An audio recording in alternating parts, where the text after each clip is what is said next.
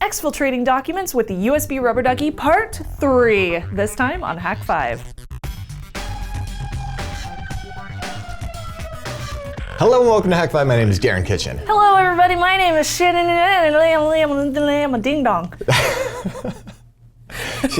Both the herps and the derps, it's a December episode, which means we are mostly we're on some of the rails. We're tinseled. Yes, she is fully tinseled, folks. Oh, I have an announcement to make. Stay tuned until the end of the show to find out about our huge Hack Shop giveaway this month. We're giving away stuff every single day. Oh, right. This is the thing where we got to somehow make playing video games work.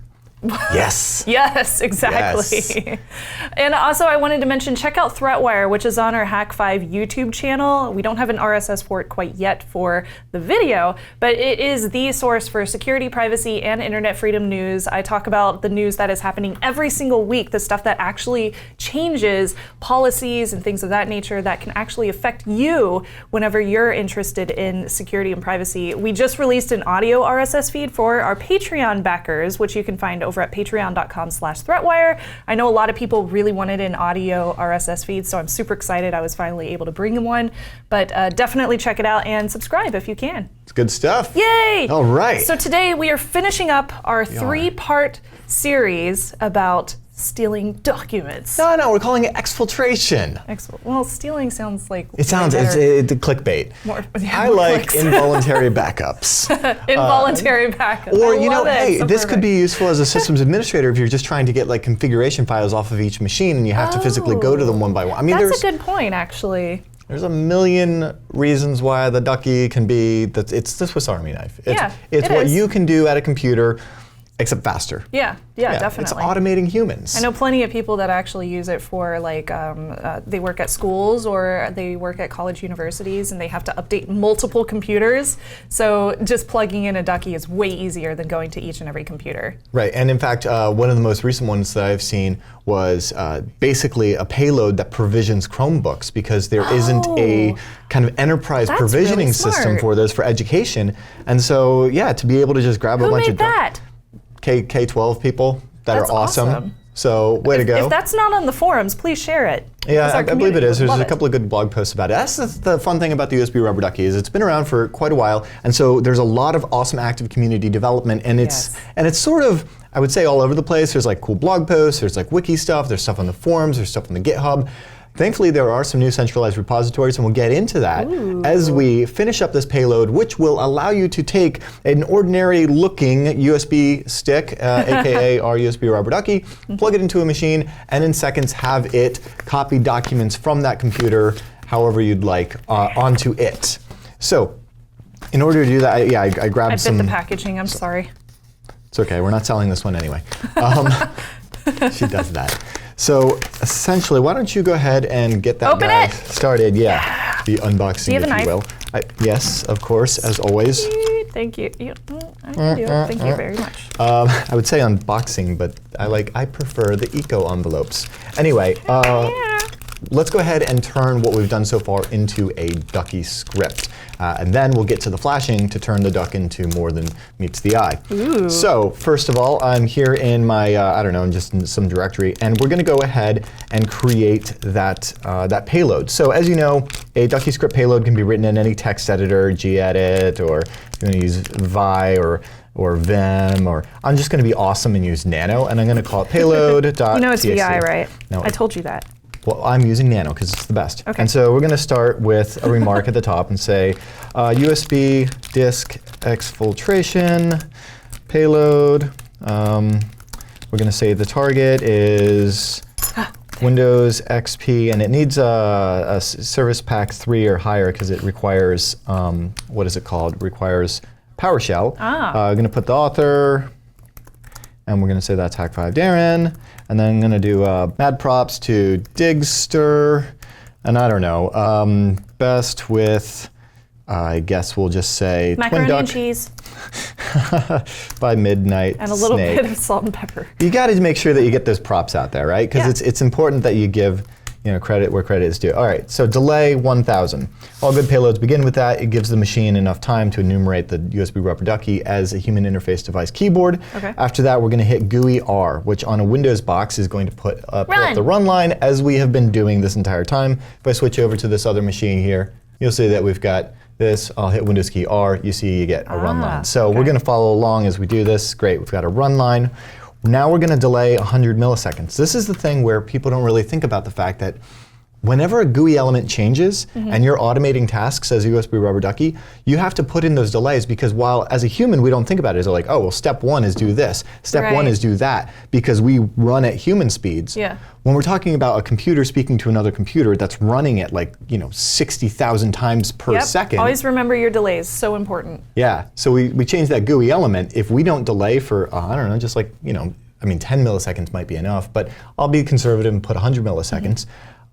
If we don't do that, and we start typing in our payload as soon as we hit Windows key R, then you've missed the first few letters in your next command, because it's already going to start typing it, even though the GUI is still trying to update to the next thing. Which is why the best payloads change the GUI elements as infrequently as possible. Right. The less times you can change the GUI, the better, because then you don't have to worry about those delays, which is why we love those little one-liners out of the run line. Yes, if you're interested in seeing the one-liner that we did last week, hit up our show notes at the bottom, or you can see the previous episode from 2 weeks ago. 12 and 2113 are the ones to follow along with if you're just jumping in.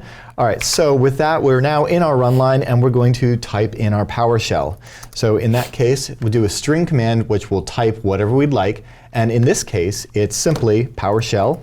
And I'll just paste my first stage there, and this is the bit here from Digster that is awesome. It uses GWMI and Win32 volume, looking for a USB drive with the label underscore, and then it executes d.cmd right off the root there. And then lastly, we press enter, because string inherently just types. It doesn't do a new line at the very end. It's not like a printf command with like a \n or something. Okay. Anyway, that said, let's just go ahead and write that file out, and now we're ready to encode this, because as you know, the USB Rubber Ducky itself doesn't actually process those text files as human readable files. Right. It processes a binary file called inject.bin, and so to convert that into an inject.bin, we have to use an encoder. The Ducky encoder. The Ducky encoder. So let's go ahead and take a look at a couple of those. Okay, so I'm in my encoder directory, and I've got a few encoders here. And the quick and simple way to do this would be Java, tac-jar, duck encode, and then tac-I for the input file. If you weren't sure, you could just run this, and it would give you, the usage, right? So I do tac-I, and in this case, it's under slurp, payload.txt, tac-o, inject.bin. And there we go. And now I have ls-inject.bin, and I have new inject.bin, and there we go. I'm ready to copy that over to the SD card. Easy. I want to show another option here, actually, because there's a really cool Duck toolkit that's out now I actually like a little bit better than the Java one. So I'm going to go ahead and show you what that looks like. So it's ducktools.py. If you just run ducktools.py, you'll get the usage. And this is really cool because it can both tac-E for encode and tac-D for decode. And yeah, languages are important. The reason being, the USB Rubber Ducky is sending PC105 scan codes. And a US keyboard has different profiles on the operating system than, say, a UK keyboard. And so if you, for instance, go to the United Kingdom and use a computer there, even if you plug in a US keyboard, the computer, if it's set up to accept UK keys, when you go to hit, I don't know, Shift 4 for the $sign as we know it here in the US. It'll give you like the £sign or something instead. Actually, it'd be Shift 3 for the octothrope, or the hashtag as the kids call it. You will get, you'll get British pound sterling. Yeah. So all I can say is, aside from the Enter key being the wrong shape, just across the board, UK keyboards are wrong and broken. Oh, you're so going to get trolled for that. And I am so trolling. That's okay. Alt-GR. So what we're going to do is specify our language, because it's going to be important. If we're, if we've been contracted to infiltrate a nuclear power facility in France, we're going to make sure that we encode it for a French keyboard layout. Yeah. Yes. Makes complete sense. As you do. So let's do that. All right, so in this case, what we'll do is I'm going to just go ahead and run ducktools.py, tac-en for encode, And in this case, what you do is you pass it the input file and then the output file. So my input file will be, it's over here under slurp, and it's payload.txt. And then we're going to go ahead and give it the output, which will be inject.bin. And I forgot to give it the TAC-L for language. So here we go, TAC-L, and I'm going to do US, right? Okay. US is there, it's in the middle. Right there. Okay, great. Oh, oops. It's TAC-E, not EN. There we go. And it has now written an inject.bin. Great. So with this, I can go ahead and copy my payload over to my USB Rubber Ducky, and it'll be ready to go. That's easy. So you've already unboxed it. So you're just going to CP that? Exactly. Okay. Yeah. So I'm going to go ahead and pull the micro SD card out of the duck. I'm going to grab the handy USB SD card reader, because I don't have a micro SD card reader in this laptop. Right. Do I? No, that I've is got a full micro size. SD card reader that comes with the USB Rubber Ducky. Right. I know we've gotten questions about what it is. What is this? It's a card reader. There we go. All right, so I've just gone ahead and plugged that in. I now see I get a new 126 meg volume. It already has an inject.bin on there. Right. All this inject.bin does is open Notepad and type hello world. It's the one that comes with it. So I'm just going to delete that. And now I can copy it over however I want. I could do it with Nautilus. I don't know what Explorer this is, but The GUI. But I'm just going to use the CP command to copy inject.bin to /media. What's my username? DK. And then in my case, this is the name of my card, right? Right. That's important. Okay, so now I've copied it So over it's in there. the root. And there you go. Now it's on the root, right? Interesting. Okay, we'll come back to that because that's kind of important. But at this point, I'm ready to now safely eject this. So I'm just going to hit this. Otherwise, you can use this command right here. Now, Which if would people be, had other bins that they wanted to use, or different text files, I guess too, they could totally just stick a folder on there with all the extra ones, so they could carry it with them, right? oh yeah. In And fact, then just replace the inject.bin whenever they want to use different ones. yeah. If I ls./payloads, you'll see I have a bunch of Nice. payloads that I carry around depending on what I'm trying to do. Cool. And in fact, I will say there's even a version of the firmware which will execute inject1, inject2, and inject3.bin depending on the status of caps lock, scroll lock, or num lock. Aw, So cool. there's cool ways that you can carry multiple payloads in that regard. Nice. We're going to be covering a version of the firmware that does different stuff, but let's go ahead and just execute this and see what happens. Okay. All right, so I've gone ahead and safely ejected my micro SD card, which is really important because micro SD cards love to go read-only if you don't safely eject them. Always safely inject them. So go ahead and put the SD card in the duck. Let's go over to our Windows machine over here. Slide that guy over. Yay! Yay. And I'm going to go ahead and just plug that guy in.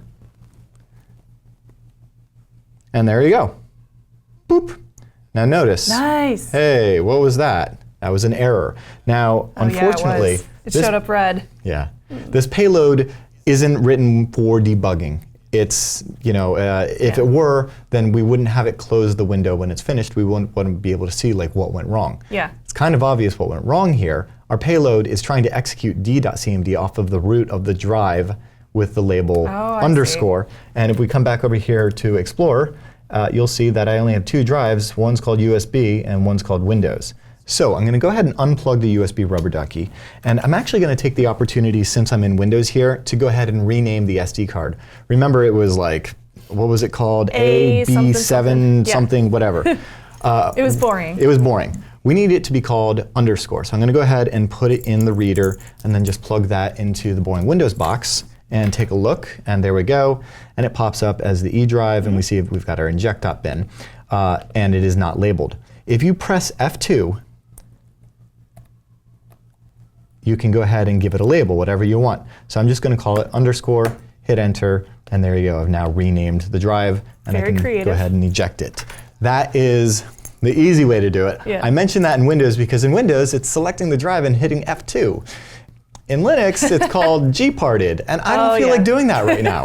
So we now have our micro SD card. We have our micro SD card, for the most part, loaded the way that we're going to need it. Okay. But our USB Rubber Ducky is only enumerating as a keyboard currently. Right. We need it to be both keyboard and mass storage. So You want it to be able to collect docs. Exactly. Involuntarily back up. Yes. So let's go ahead and flash a community version of the firmware from our good friend Midnight Snake called, well, colloquially known as the Twin Duck, because it is both a keyboard and storage. Cool. So I'm going to go over here and I'm going to CD over to a couple of directories here. And actually, you can grab this stuff over on the GitHub, so github.com/Hak5Darren/USB Rubber Ducky, or if you go to usbrubberducky.com, you'll find under resources, there are plenty of links to all of the good stuff. But essentially, I'm going to grab this Ducky flasher here. I already have it installed on my machine, but this is a very simple flashing tool which will allow you to get into the bootloader and change the firmware on the USB Rubber Ducky. I'm going to show you the hard way just so you know what that looks like first, and then we're going to go into the the easy way, because I think it's important to understand what we're doing first. Okay. So all devices have, for the most part, all devices have bootloaders. Yeah. Right? Bootloader on your computer that you're used to booting up right now and watching perhaps on your Windows, Linux, whatever box has a BIOS or a UEFI that you're used to.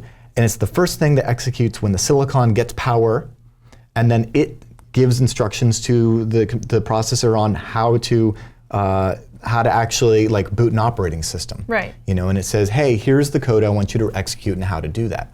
So nothing new there. Nothing new there. That exists for the most part on any computer, and this is a computer, is a microcontroller. What is a computer, right? So, for example, the Wi-Fi Pineapple has a bootloader. It's called U-Boot. Your computer has a BIOS, and this one has a bootloader called DFU, right? And so you're going to change DFU. We're going to use DFU to program the firmware on the Rubber Ducky. Got it. So in order to get it into DFU programming mode, what we'll do is on the Rubber Ducky, we have this little button here. Yes. So you hold down the button while plugging it into the computer, and then it goes into DFU programming mode. It won't start typing the inject.bin that you have on the root of the card. Instead, it'll just be waiting for you to program it, much like an Arduino would be if you put it into programming mode. Okay. So that's what we're going to go ahead and do. I'm just going to hold the button down and plug it into the computer. And if we do LS-USB, we notice instead of a keyboard, we have this Atmel Corp device, and that is because that's the chip from the USB Rubber Ducky, and it's in DFU bootloader mode. Now we can program it with the DFU-programmer tool. If you don't already have that installed, sudo apt-get install, whatever have you. I already have it installed, so I'm just going to use it right now, DFU-programmer, and we're going to go ahead and dump the firmware that's currently on it off so that we can always reset back to the original firmware if we ever wanted to by doing a DFU programmer, specify the chip, in this case AT32UC3B1256, and we'll say dump. Is it the same for all Duckies? It is. And I didn't want it to be dumped straight to the command line, but that's just what it did. That's fine. I actually have a copy of it, so that's no big deal. What I really want to show you is how to program it. So in this case, what we'll do is we'll say flash and do suppress bootloader. Suppressing them bootloaders. -mem. And we'll specify the path to our firmware. So let me go ahead and put that command right there. I actually have all of the firmware loaded right here, pulled off the GitHub, and you'll see that there are plenty of them to play with. The one that we're interested in is the C-Duck version 2.1. That is the composite duck. So that's the one that is the twin duck, if you will. So I'll go ahead and specify C_duck v2.1, and there we go. It validates. And it's like, it didn't work because I didn't erase it first, because I know how to do this. Sorry guys, you need to specify erase. All right, now we have a dead duck. Don't unplug it. And now flash it. Validating, and there we go. Nice. And we've only used 13% of the onboard memory. So there's lots of opportunities. In fact, there are sources here, not in here, but over on the GitHub, if you want to get into it. There are sources for all of the different firmware, where if you want to start playing with these and you're good with C, it's all here. So good stuff all around. And now our USB Rubber Ducky is in Twin Duck mode. That's awesome. Before we leave this, though, I want to show you the easy way. That wasn't the easy way? That was pretty easy. That wasn't too bad, but check this out. Ducky Flasher. Did you? That's actually a command. I know. Did you know that? We did a segment on that command. So Ducky Flasher. Okay, this is an awesome little tool. I'll just show you the README. Basically, it has the firmware built in, and it's a very simple way to flash your duck. So I'll just walk you through. Basically, you run Ducky Flasher, and you get this cute little ANSI, and it's like, which firmware would you like? And you're like, oh, well, I want number 4, the twin duck. And then it'll be like, oh, which version of it? And so then you're like, I want the original, number 1. And then it will flash your duck. Oh, now, that is so cool. Right? It validates the image, and boom, scroll up and see that it, bloop. Now it's actually typing in because it finished. As soon as it finishes flashing, cool. It's going to start trying to run whatever inject bin is on the root. So maybe you take the SD card out, maybe you don't. Either way, it'll work. If you're having trouble with it going to DFU bootloader mode when you're holding it down, plugging it in, just make sure you're holding it down real firm, plug it in, and hold it there for like 5 seconds before you let go. Okay. And that should get it into its appropriate space. Cool. Cool. Not hard at all. Okay, so we can do twin duck now. Almost. So when we plug it in, it's going to run the inject bin on the root of the SD card. The SD card has been renamed to underscore, and it's now a twin duck, so it'll show up as both mass storage and type R payload. Right. What else? What's last? What are we missing? Well, we need to switch it to the other drive, right? We need to put all the goodies on it. Oh, right. Right? Yeah, put the goodies on it. Gotta put the goodies on it. So I'll pull the SD card out. One last thing, pop it in the SD card reader, and let's go ahead and get our goodies. I have all of these in the show notes, so you can just pop them on your duck over in Slurp, and you'll notice that I have, E.cmd, D.cmd, and I.vbs. Those are the ones that need to be on the root, and we've covered those in the last 2 episodes. So I'm just going to copy D.cmd. I'm going to be weird and not be all elite and stuff with my copy command. And we're going to copy it to media, DK, and come on, tab complete. Tab complete, there it is, underscore, right? So now if I ls media, DK, underscore, you'll see, I have my inject bin, I have my DCMD, my ECMD, and my IVBS. I am good to go. Cool. So let me go ahead and now safely eject that. There we go. So now I can just pull that without any risk of damaging it. And I didn't create the slurp folder, but I think the make directory command automatically creates the slurp folder. Maybe. I don't remember my bash script from last week. I'm pretty sure it does. You know, I'll make it just in case, because I don't want demo fail. Okay. But I just remembered that it did need a slurp folder. So we'll cd over to media, DK, boom, and we'll do a make directory slurp. And actually, I'm really curious now. Does E.cmd make it? Let's less it. And yeah, it does a make directory for whatever that is. It should, but just to be sure. Okay, cool. Okay. And once again, let's eject that. Okay. All right. All right.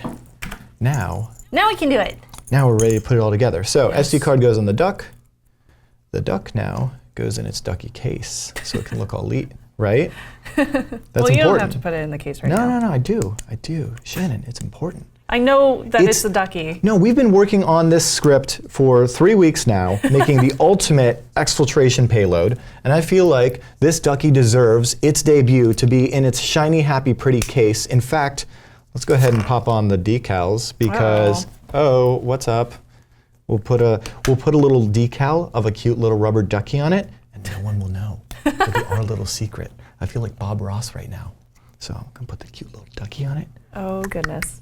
And there we go. Oh yeah, that's such a dork, dude. Oh, isn't that good?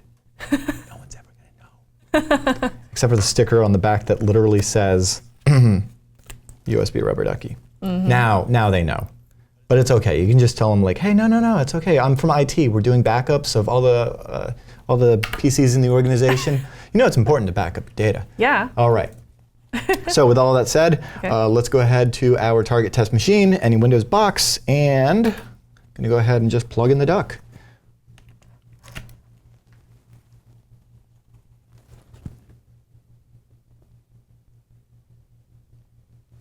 There we go. Now, as you see on my particular computer, I have it set up that whenever a mass storage drive is plugged in, that it'll just go ahead and open that. That's not the typical behavior, but I set up my Windows box that way. So I can actually go ahead and see, okay, I see all the documents on there. I see Slurp, and haha! It worked! It worked! Yay! It created the thing! And there's the W9 and all of the payload stuff, and I'm stealing documents, and everything is good.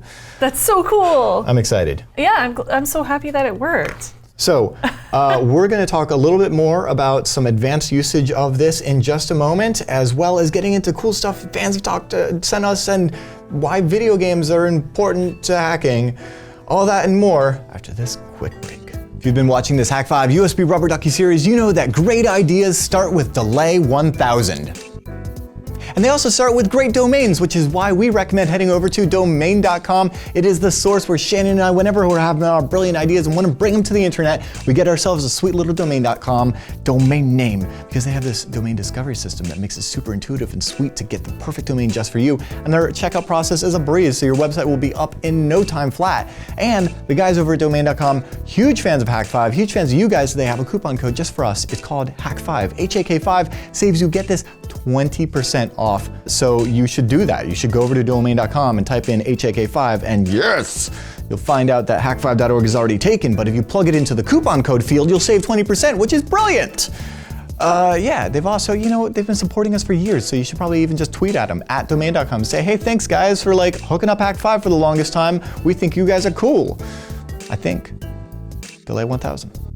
Yes. So when you think domain names, think domain.com. We're back, and it's now time for the Technolust photo of the week. Every single week, we are asking what tickles your Technolust. We want you to send us your photos, and you can enter our giveaway every single week by just simply using the hashtag Hak5. That's HAK5. Hopefully you know how to spell the name of the show. If you don't, I'd be curious. Why are you watching and you don't know how to spell it? But this week, who's our winner? There's no point in Hak5. There is no point in Hak5. This week, our winner is going to be winning the USB Rubber Ducky, which we've been talking about all this week, as well as the brand new Hak5 Field Kit, which is awesome. Darren, you wrote this book. Yes, this was a lot of fun. It has fantastic chapters like Duck It and the ducking workflow, and I'm proud of it. So I hope you really enjoy it. And our winner this week is Richard Brook in Leet Speak, and I love, this is cute, the Hak5 family. We kind of joke around about this internally, about how adorable. We've got a little tropical pond going.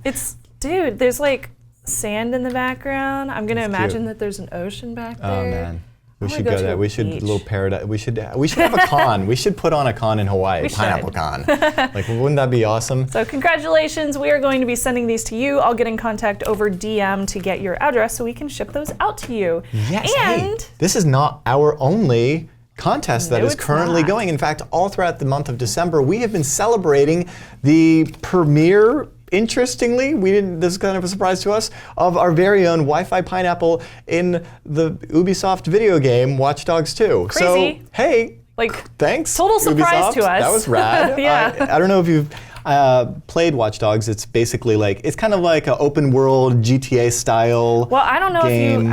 if you knew about this, but I actually was a guest host on a show by MatPat called Game Lab, Game Theory, down in LA earlier this year. So we were doing a real versus gaming thing about penetration testing and hacking. So I did that earlier this year, and I think it's a YouTube Red video though, so you have to have YouTube Red. Right. Yeah. It keeps getting linked to us because.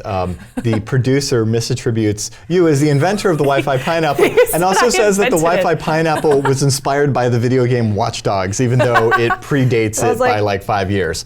No, that's fine. Didn't say whatever. That. Welcome to the wonderful world of television, where fact-checking comes late. Anyway, it doesn't matter. It doesn't matter. So anyway, moving on. We are doing this huge giveaway. It's the Watch Dogs 2 giveaway. Since the Wi-Fi pineapple is all over Watch Dogs. Yeah, it's pretty cool. For example. Yeah, here it is in the very intro kind of menu, and you can see it right there with their kind of slightly altered version of the Wi-Fi pineapple logo, so they don't have to pay royalties or get our permission for the trademark, which is cool. It's an homage. I like it. And here it is actually in the video game. Whoops. And this is actually courtesy of Glitch on Twitter.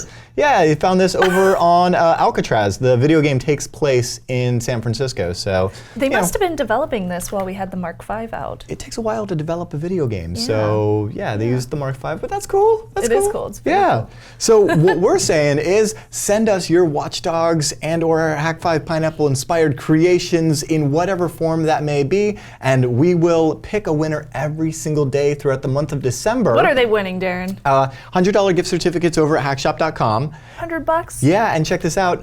In fact, I made this cool little like Watch Dogs inspired He's very proud of his page. graphics. Yay, graphics. All the details over here, but the grand prize winner gets this ultimate Wi-Fi Pineapple arsenal. So we're going to be picking them on December 31st, 2016. You can find all of the details right here at at hackshop.com/watchdogs2_giveaway. And to enter, you basically just have to use #Hak5 and #WatchDogs2, both on Instagram, Facebook, or Twitter. Any of your favorite social networks. We are checking all three. We're going to pick somebody every single day. If you don't win one day, you might win the next day. So keep on entering every single day, and eventually you will get a coupon code. If you win, you're also still eligible for the grand prize too. You are. So here's some that have recently won that are also still eligible, such as this one from Gaming Pixelated. Oh my gosh. Okay, if you guys haven't seen the Pineapple Pen music video, I love the DeadSec ASCII on this one. And then, who doesn't love like an homage to the original? Real pineapple. Well, funnily enough, Season 4, Episode 1, the debut of the Wi-Fi Pineapple was actually in fruit. Also, the circuit board never was the same again. No. Do not put your circuit boards inside of fruit. You don't want that. Yeah, that citric acid, the citrus. It's not good. No. It's not good. Yeah. But this contest is, so get in on it all throughout December and show us your technolust. Good luck. Yes. Hey, someone has shown us their technolust. Yes, we got a awesome grouping of stickers from. His name is Lucid. Here, I'll give you the stickers. He says, hello, thanks for a wonderful show. I've been following it for years, and it's amazing how far the show has gotten and branched out to all subcategories. Why not send you a few stickers for your effort and have to give a special thanks to Mubix. And also, thank you so much for your personal note to us as well. It's really, really sweet. Dude, not only do we have awesome stickers. F Society stickers from Mr. Robot. What happened? Like, sorry, it's been a really weird month. Like, we were just featured in like the Blacklist and Mr. Robot and Watch Dogs, and so I'm just kind of like, oh my God, what's happening? Like, it's like hacking is supposed to be underground. Just came out, and I was in Jason Board, and so is the Hak5 booth from DEF CON, so you can see them both in the background. And there's more stuff coming that I can't talk about because of NDAs. But it's like, what happened to hacking? It's supposed to be underground and KRAD Ultra E-REIT on IRC.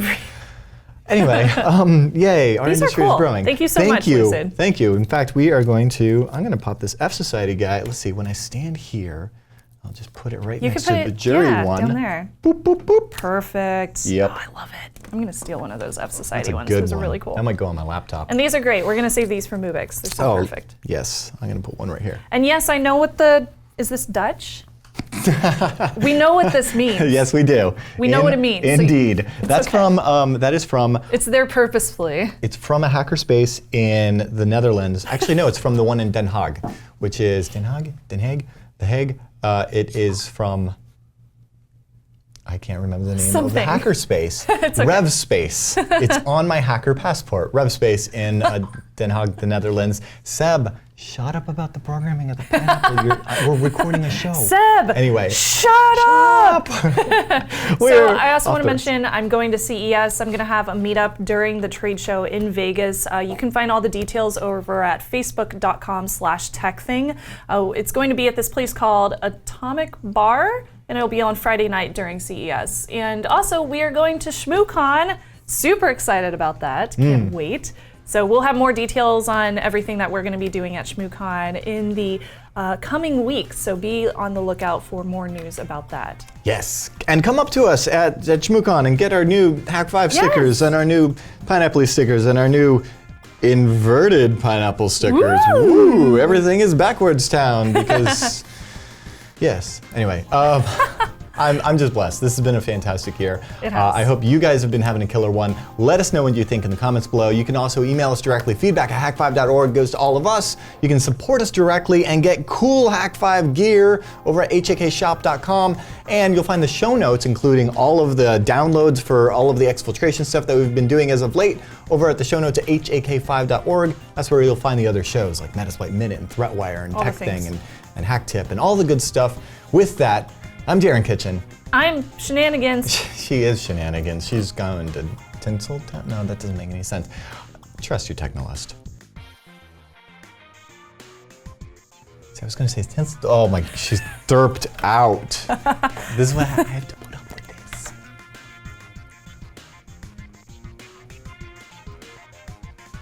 I know you're all about that bass.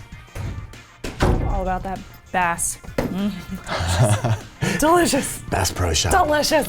The Bass Pro Shop. You want to go Bass Pro? You want to go Bass Pro? You want to go Bro? You want to go Walmart? You want to go Walmart? Sorry. I feel like my eyes are going to stick that way.